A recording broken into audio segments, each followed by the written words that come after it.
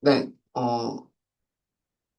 여러분들 구글 드라이브 커렌 노트북 폴더에서 주피터 노트북 새로 하나 만들도록 하겠습니다.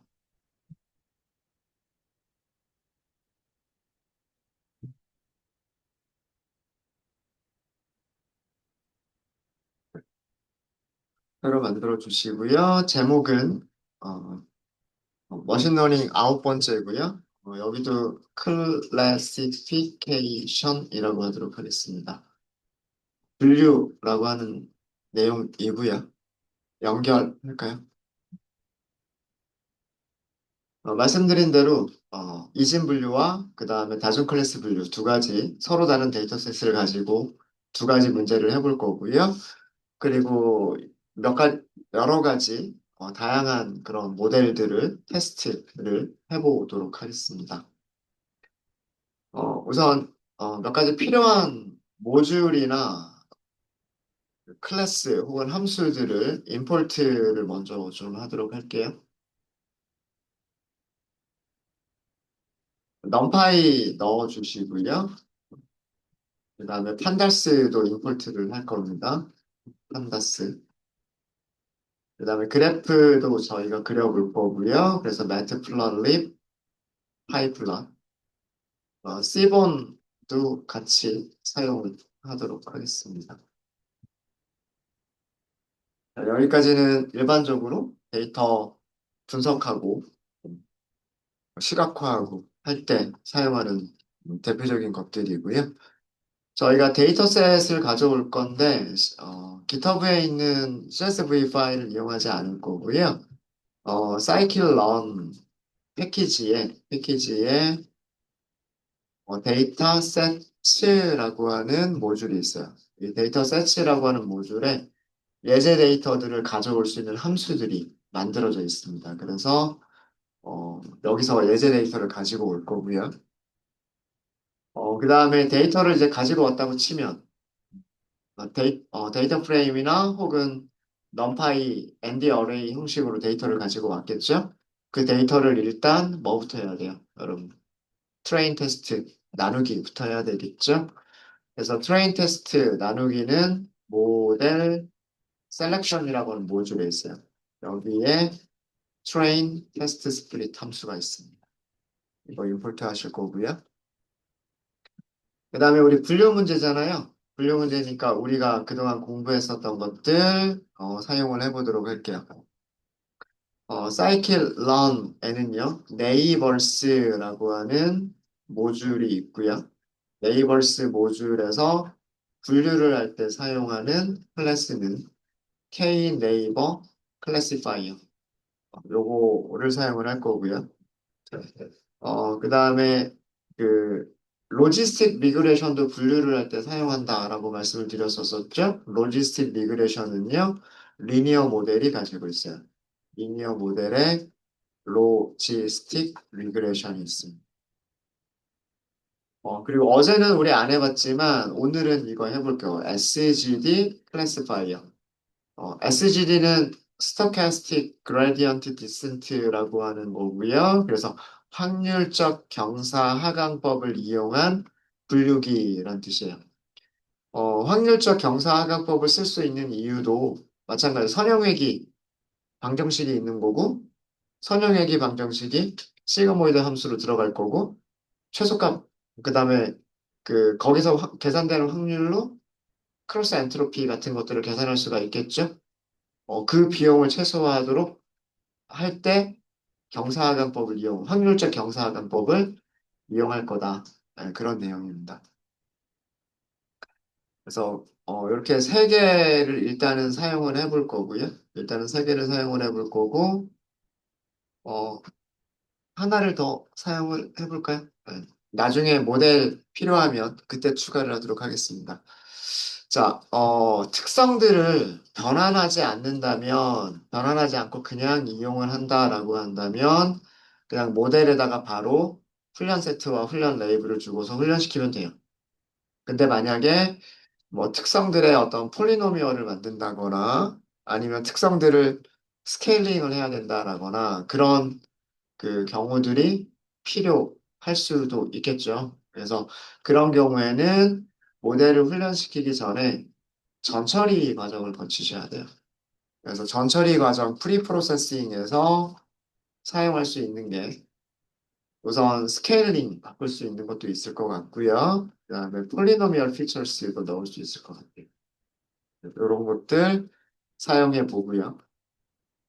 그러면 만약에 스케일링하고 로지스틱 리그레션을 연결하겠다거나 스케일링하고 K-네이버 클래시파이어를 사용하겠다라고 하시면 파이프로 연결해 놓고 쓰는 게 여러분 그 코드를 작성하시는 게 훨씬 쉬워요. 그래서 그다음 우리가 임포트를 할 때 파이프라인 모듈에 있는 파이프 라인이라고 하는 클래스를 임포트를 할 겁니다.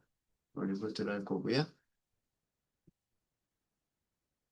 그 다음에 훈련을 시켰으면 예측을 하고 예측값들에 대한 평가를 내려봐야 되겠죠. 평가 지표가 있어야 돼요. 그래서 sklearn 매트릭스 이용을 할 거고요.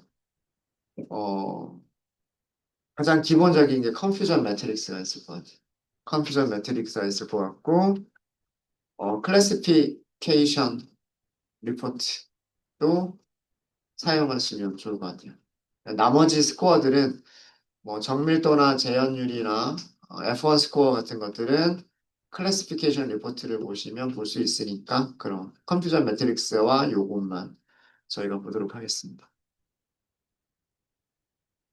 그 다음에 오늘은 어떤 새로운 개념을 하나를 더 알려드릴 건데요. 똑같이 매트릭스라고 하는 모듈에 ROC 커브 디스플레이라고 하는 클래스가 있어요.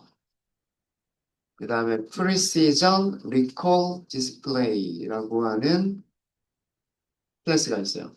이 두 가지 클래스의 메서드 사용 방법 알려드릴 거고요. 알려드리면서 ROC 커브가 무엇을 의미하는 건지, 그리고 Precision Recall이 그래프가 무엇을 의미하는 건지, 요것도 오늘 알려드리도록 하겠습니다. 그래서 요 새로운 내용은 요 부분, 이 새로운 내용이 될 거예요. 이렇게 해서 실행해 주시고요.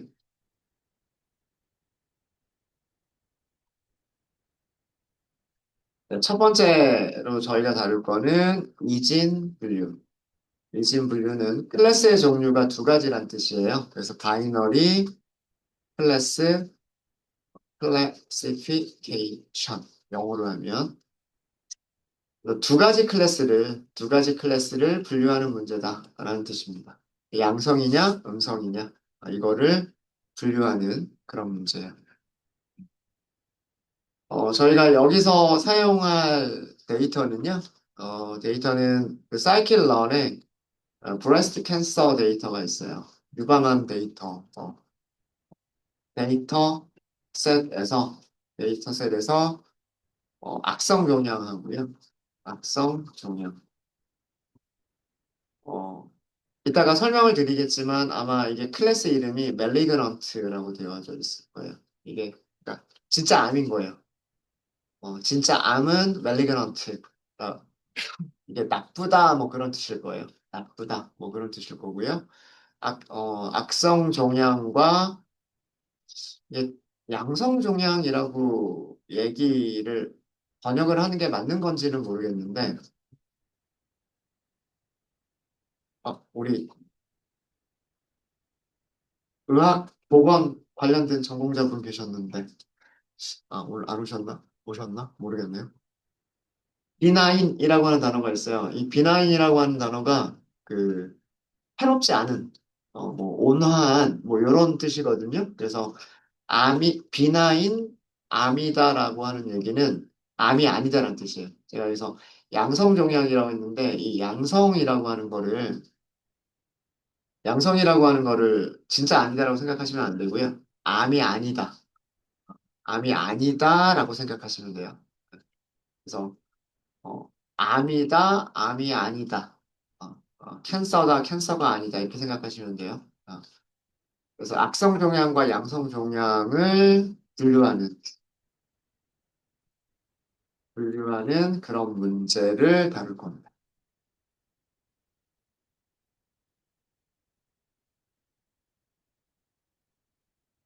일단 데이터셋을 보면서 이 얘기를 다시 하도록 할게요. 자, 캔서라고 하도록 하겠습니다. 변수 이름은 아까 저희가 임포트 한 것 중에서 scikit-learn의 데이터 세츠 모듈이 있었죠. 여기서 load라고 하는 함수를 찾아보시면 돼요. load 중에서 breast cancer라고 하는 게 있었죠. breast cancer라고 하는 게 있었고요.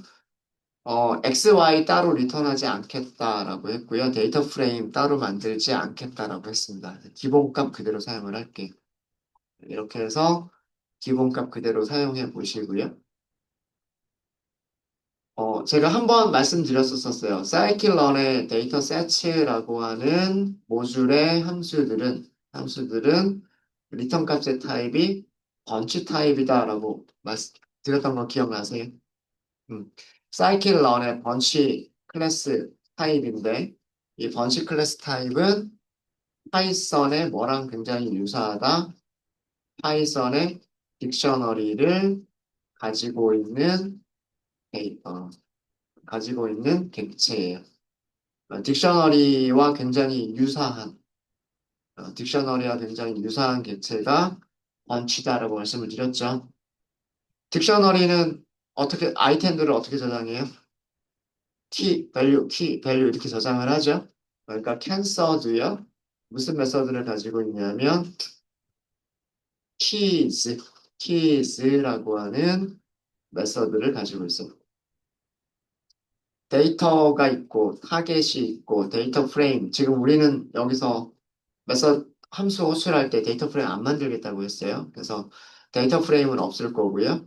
타겟 이름이 있고 디스크립션이 있고 특성 이름들이 있고 뭐 뒤쪽은 별로 관심 없어요. 파일 이름이 뭔지 데이터 모듈은 뭔지 뭐 이런 것들이 키로 있어요. 키로 있습니다. 자, 데이터 셋에 대한 설명을 한번 볼까요? 데이터 셋에 대한 설명은요. 디스크립션이에요. 디스크립션. 그래서 프린트 하시면 되고요. 캔서, 캔서 디스크립션 이렇게 쓰시면 돼요. 이렇게 쓰셔도 되고 아니면 어, 딕셔너리에서 키를 사용하시는 방법은 뭐예요? 이 디스크립션 이렇게. 음. 원래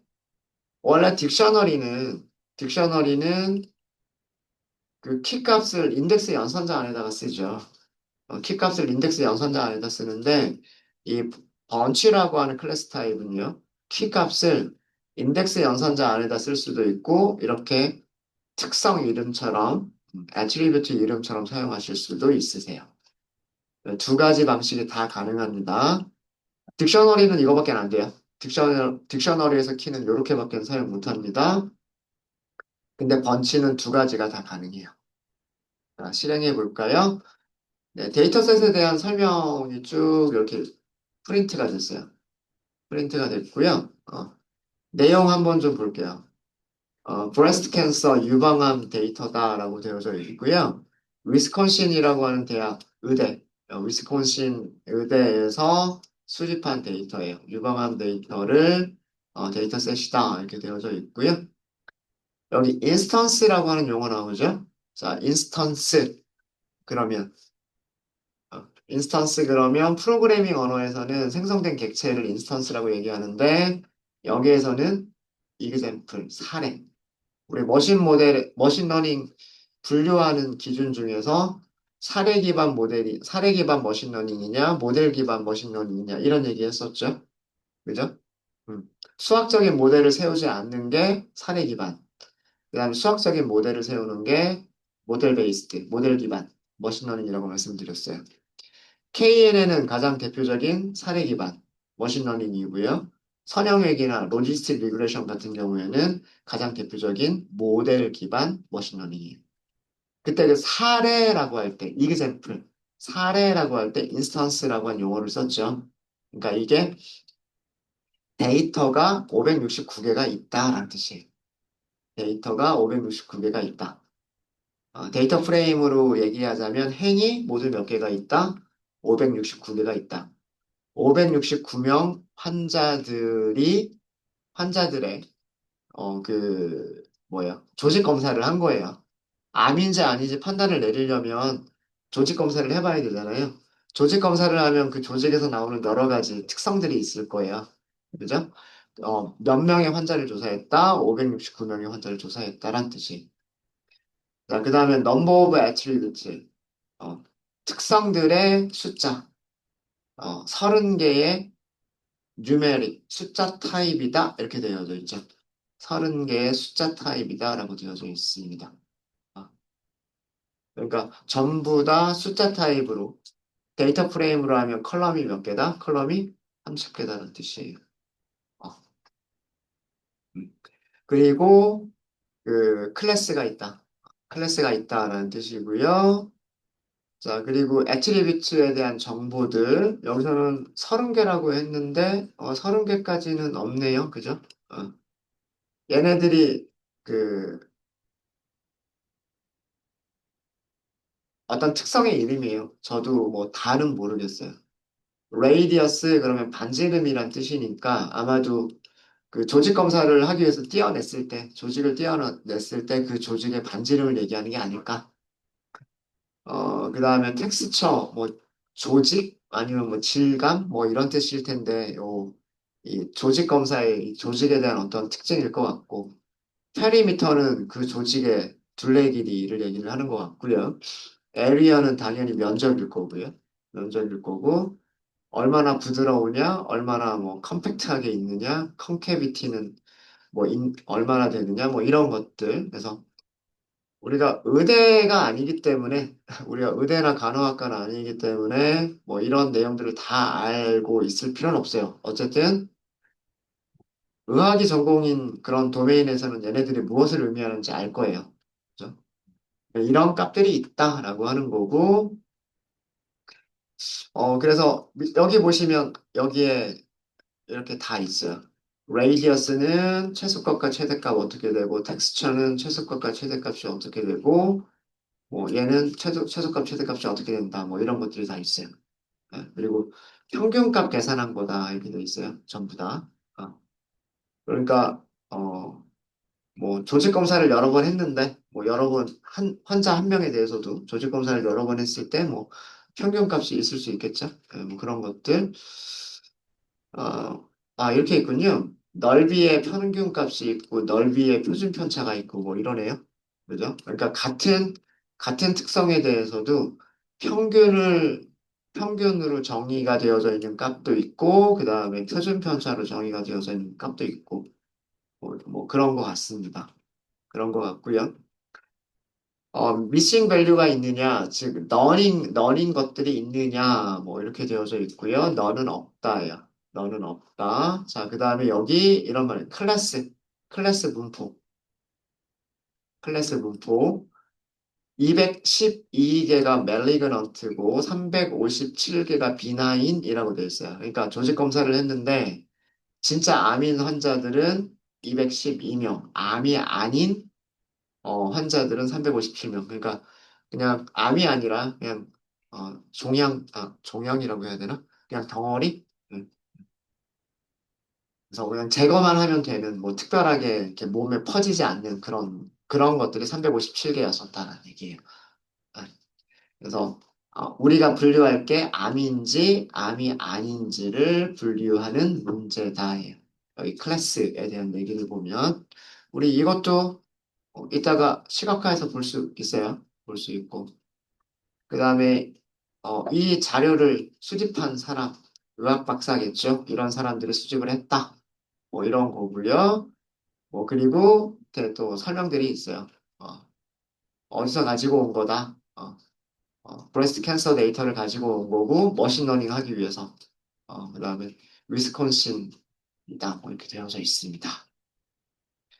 쭉 뭐 밑에 있는 설명들은 뭐 안 읽어보셔도 될 것 같고요. 그래서 여기서는 이런 거 잘 보시면 돼요. 우리는 이런 거 잘 보시면 돼요. 샘플이 569개가 있구나. 컬럼이 30개가 있구나. 그 다음에 클래스가 두 종류가 있구나. 클래스가 멜리그런트라고 하는 클래스와 비나인이라고 하는 클래스, 암이라고 하는 클래스와 암이 아니다라고 하는 클래스가 있는데 그 비율은 212개, 357개의 비율이다. 이런 정도만 우리가 판단을 내리시면 될 것 같아요. 네, 되셨습니까? 음. 자, 그러면 이제 데이터셋을 가지고 왔으니까요. 여기 중간에 목차를 하나만 좀 넣을게요. 나중에 찾아가기 쉽게. 예, 데이터셋 준비. 목차 만들어두면 나중에 왔다 갔다 할 때 찾기가 쉽겠죠.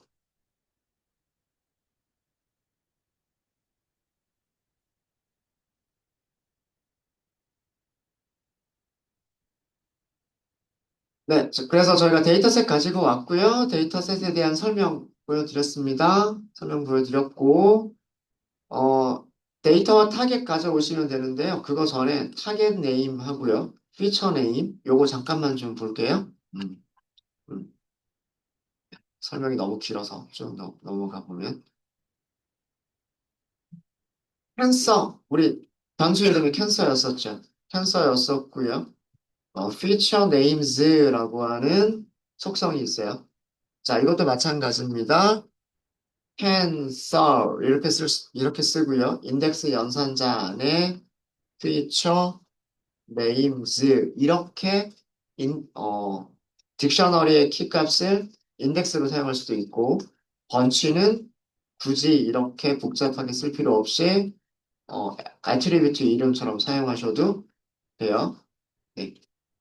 이거 몇 개냐면 이거 아마 30개일 거예요. 30개. 아까 우리 문서 보시면 30개의 애트리뷰트들이 있었다. 이렇게 문서가 그렇게 되어 있었잖아요. 그러니까 반지름의 평균, 텍스처의 평균, 페리미터의 평균, 에리어의 평균 뭐 이런 게 있는 거고 그 다음에 그것만 이제 평균들이 다 끝나고 나면 반지름의 오차, 텍스처의 오차, 페리미터의 오차 그래서 오차들에 대한 내용들이 쭉 나오고 그죠? 네. 그 다음에 뭐 무슨 에러 뭐 이런 게 있고 가장 나쁜 뭐 반지름, 가장 나쁜 뭐 텍스처, 가장 나쁜 뭐 둘레의 길이 뭐 이런 것들이 또 이렇게 나오고 있고요, 그죠? 네, 그래서 이런 식으로 만들어져 있다. 특성 이름들이 그래서 30개의 특성이 있다라고 하는 거고 그 다음에 타겟 네임스 타겟 네임스가 멜리그런트가 있고 비나인이 있다. 암과 암이 아니다라고 하는 거 두 가지가 있다. 그래서 이진분류다라고 하는 거를 여기서 확인하실 수가 있으세요. 그러니까 디스크립션을 다 안 보시더라도 데이터 안에 컬럼이 몇 개가 있느냐, 피처가 몇 개가 있느냐는 피처 네임스를 보시면 되는 거고요. 그 다음에 우리가 분류할 타겟이 몇 가지 종류냐라고 하는 걸 보시려면 타겟 네임스를 보시면 돼요. 이렇게 두 가지를 보시면 되고요. 이거는 사이클런에서 제공되어지는 그런 특징입니다. 특성 배열을 만들어야 되겠죠? 특성 배열은 2차원 배열이기 때문에 대문자로 쓰겠습니다. 캔서에서 뭘 가지고 오시면 되냐면 데이터라고 하는 거를 가져오시면 돼요. 데이터. 얘가 특성 배열입니다. 특성 배열이고요.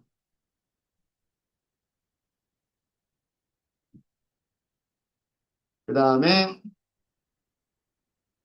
캔서에서요. 타겟이라고 하는 속성이 있어요. 얘가 뭐냐면 타겟 배열이에요.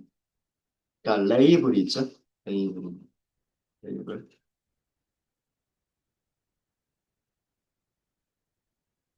번치에는 데이터라고 하는 속성이 있고요. 그 타겟이라고 하는 속성이 있는데 데이터가 2차원 배열, 타겟이 1차원 배열을 줘요.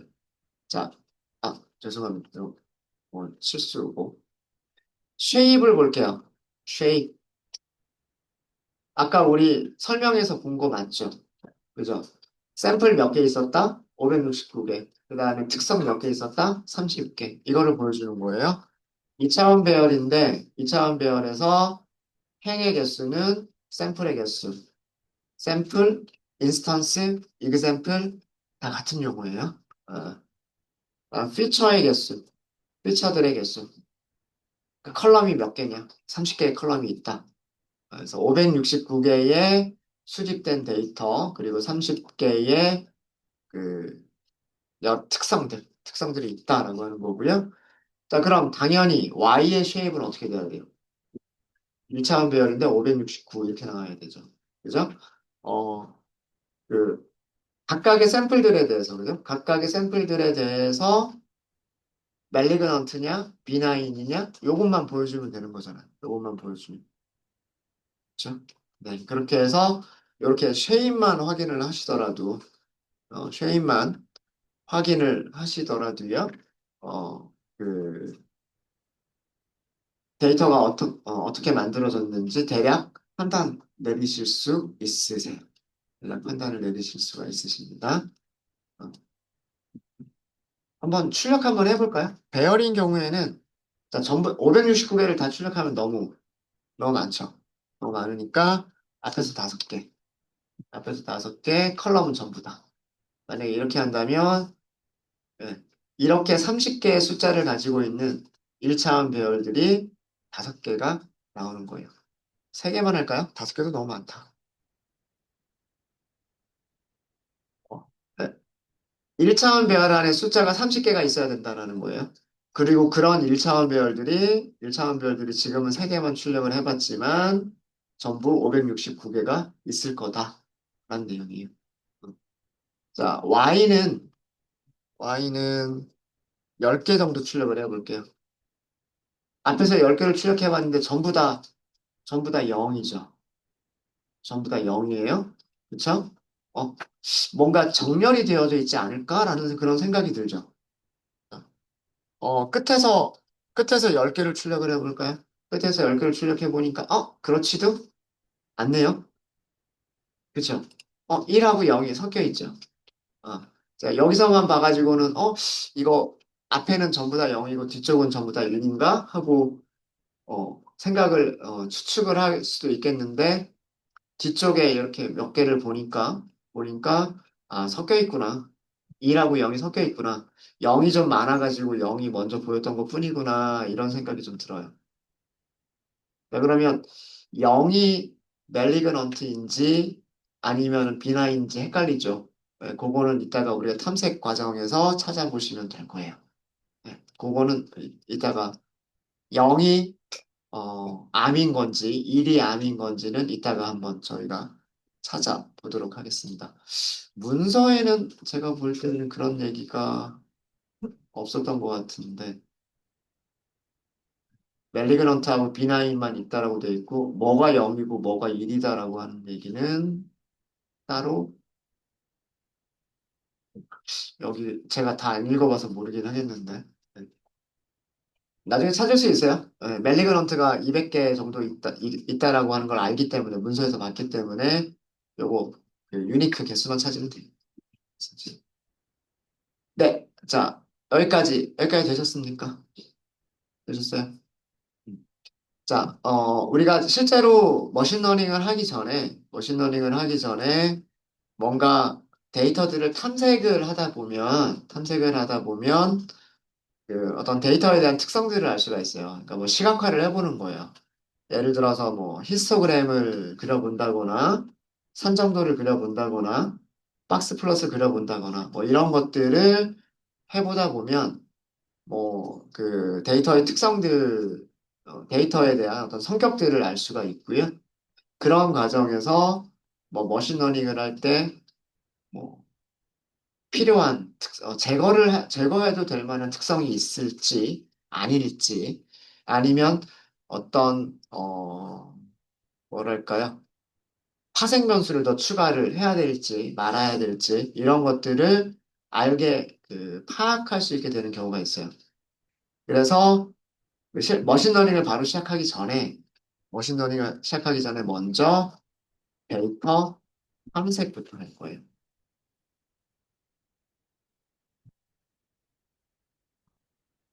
보통 EDA라고 보통 많이 부릅니다.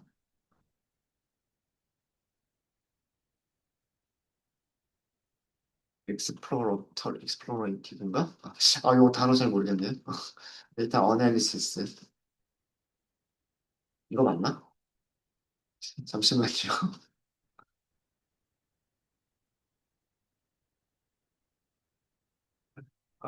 익스플로레이터리.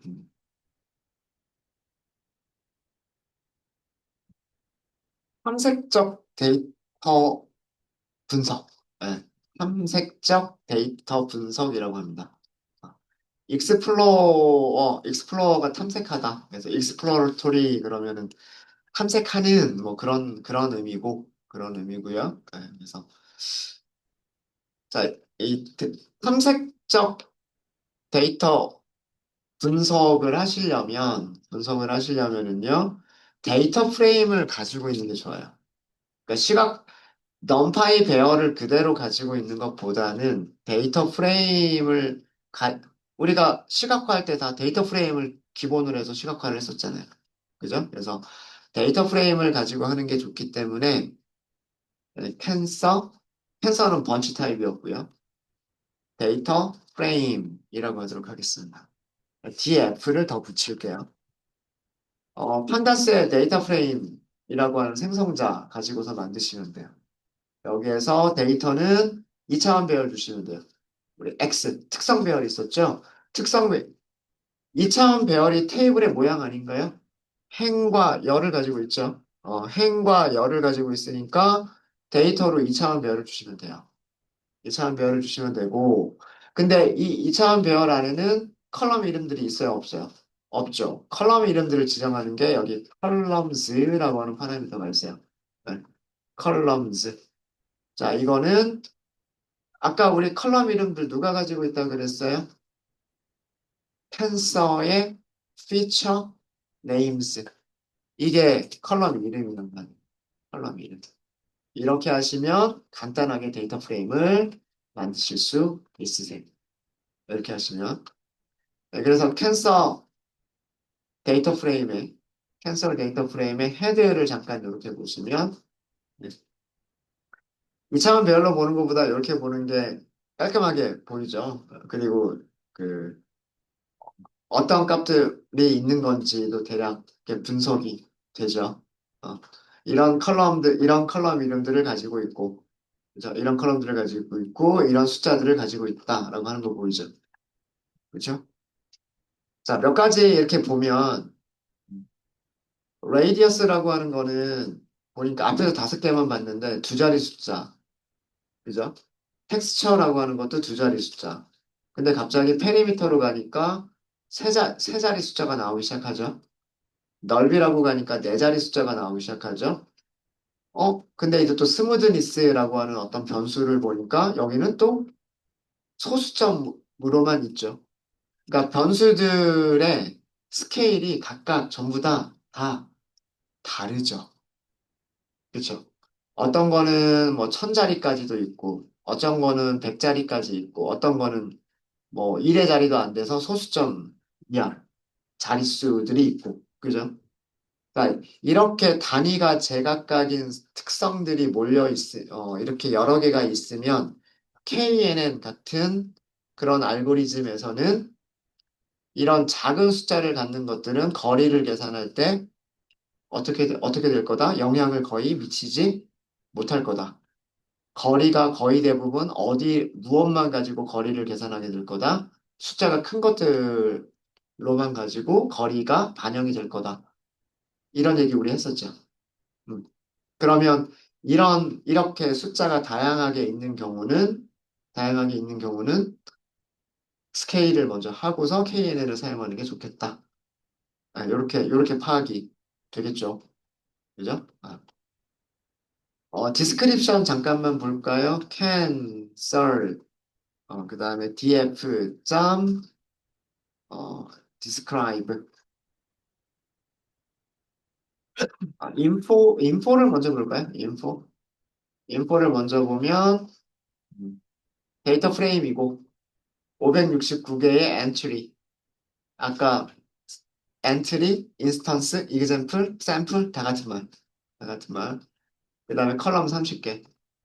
자, 그리고 여기서 널인 거 하나도 없다라는 거. 우리 문서에서도 봤지만 널은 하나도 없다. 그리고 타입은 전부 다 숫자 타입. 숫자 타입. 네. 되셨죠?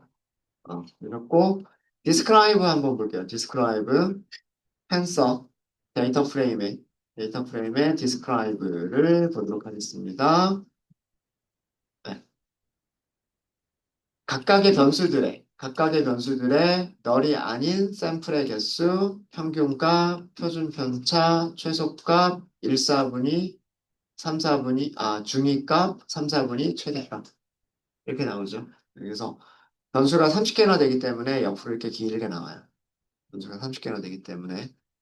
뭐 이렇게 쭉 보다 보시면 뭐 평균만 한번 볼까요? 각 변수들의 평균만 보면 14.1, 19.2, 91.9, 654, 654.8, 여기 0.09 차이가 크죠. 0.09랑 654는 몇 배예요? 10의 5승배. 그죠? 1000배, 10,000배가 넘죠. 네.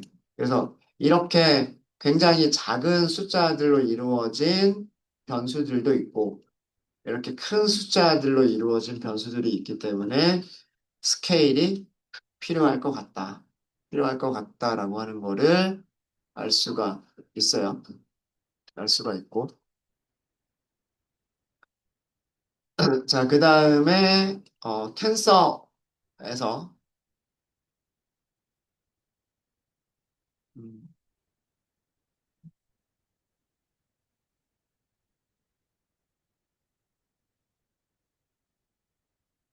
데이터 프레임에는 이런 데이터들이 암인지 암이 아닌지에 대한 정보는 없죠. 그건 없어요. 그건 없고, 그건 누가 가지고 있냐면, 그냥 2차원 배열이 가지고 있고요. 그죠?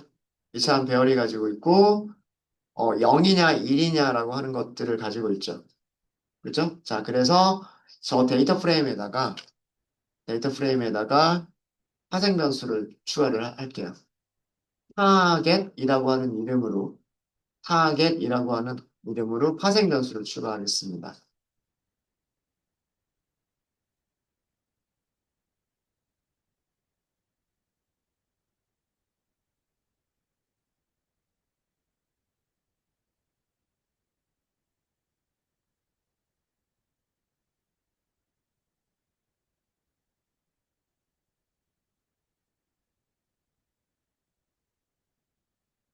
타겟은 누가 가지고 있는, 그래서 여기서 저장하면 되는데, 무엇을 저장해 주시면 되냐면, 텐서의 타겟을 저장해 주시면 돼요. 텐서의 타겟을.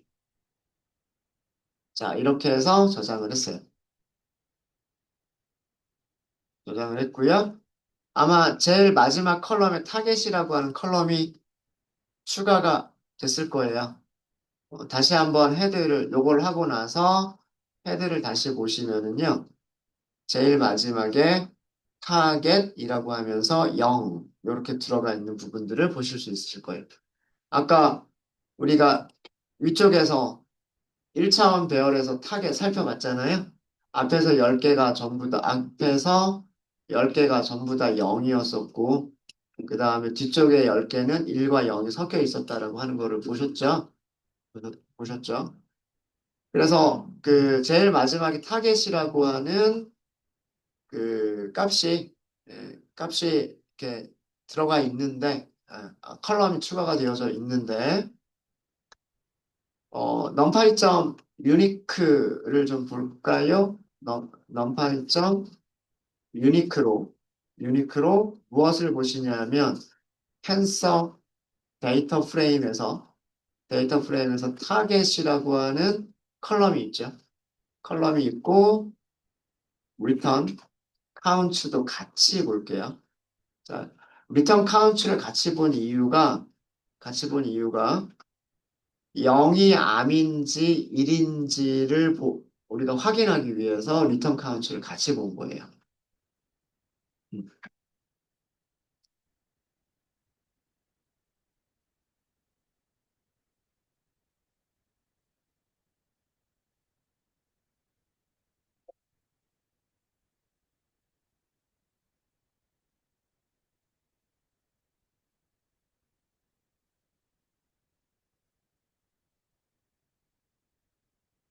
타겟에는 0하고 1 두 가지 종류밖에 없어요. 그죠? 0하고 1 두 가지 종류밖에 없고요. 0이 몇 개 있어요? 212개가 있어요. 1은 몇 개가 있어요? 357개가 있어요. 맞습니까? 그죠? 자, 이 결과를 보면, 음, 우리가 알 수 있는 거. 아까 암이 많았어요? 적었어요? 우리 문서를 보면. 멜리그넌트가 적었죠. 그죠? 그러니까 실제로 암은 멜리그넌트, 멜리그넌트. 타겟이 뭐라고 돼 있다? 얘는 타겟이 0이라고 돼 있다, 1이라고 돼 있다. 0이라고 돼 있는 거예요. 제가 아까 빈도수를 세면 이걸 알 수 있을 거다라고 말씀드렸죠. 그러니까 문서랑, 그 다음에 이 빈도수를 같이 보면, 클래스는 멜리그넌트하고 비나인 두 가지가 있었다라고 했었고, 그 다음에 멜리그넌트가 숫자가 적다라고 문서가 되어져 있었기 때문에 0과 1의 개수를 셌는데 0이 적게 나왔으니까 그게 0이 암인 거예요. 0이 암인 거고, 그냥 종양. 암이 아닌 그냥 일반 종양. 일반 종양을 비나인이라고 문서에는 설명이 되어져 있었는데 얘가 실제로는 1이라고 코딩이 되어져 있었던 거예요. 어, 그래서 숫자 0으로 코딩되어져 있던 타겟은 암인 거고요. 숫자 1로 코딩이 되어져 있었던 거는 종양이에요. 종양. 그래서 요렇게도 우리가 숫자로 파악하실 수가 있으시고요. 또 한 가지 방법은 카운트 플롯이죠. 카운트 플롯. 카운트 플롯 안에다가 데이터 프레임은 캔슬 데이터 프레임이라고 써주고 그 다음에 X축을 타겟이라고 하겠다. 이렇게 하면 되죠. 이렇게 해서 그래프를 그려보시면 네. 여기 0, 1 이렇게 나오죠. 0, 1 이렇게 나오죠. 0이 212개, 그 다음에 1이 357개 이렇게 나옵니다. 그래서 어, 0이 암이에요. 멜리그런트고 1은 그냥 종양, 일반 종양, 암이 아닌 종양이에요. 네, 이렇게 해서 일단 데이터 프레임까지를 만들어 봤어요. 그리고 그 데이터 프레임 안에 0이냐 1이냐라고 하는 타겟까지도 그 저희가 넣었습니다. 문자를. 만약에 그 0과 1이라고 하는 숫자들 대신에 문자열로 멜리그넌트, 비나인 이렇게 바꿔서 넣으실 수도 있겠죠. 어, 데이터 프레임이 이렇게 만들어져 있으니까요. 데이터 프레임이 이렇게 만들어져 있으니까 타겟의 값을 0과 1이 아니라 멜리그넌트하고 비나인으로 바꿔서 문자열로 코딩하실 수도 있으실 거예요. 그거 한번 생각해 보세요. 쉬는 시간에. 네. 일단 저희가 데이터를 준비를 했고요. 데이터에 대한 설명을 드렸고, 데이터 탐색을 시작을 했습니다. 네, 아직 데이터 탐색이 다 끝난 건 아닌데. 네, 혹시 질문 있으실까요? 질문 없으세요? 네, 질문 없으시면 여기까지 하고요. 35분에 이어서 하도록 하겠습니다.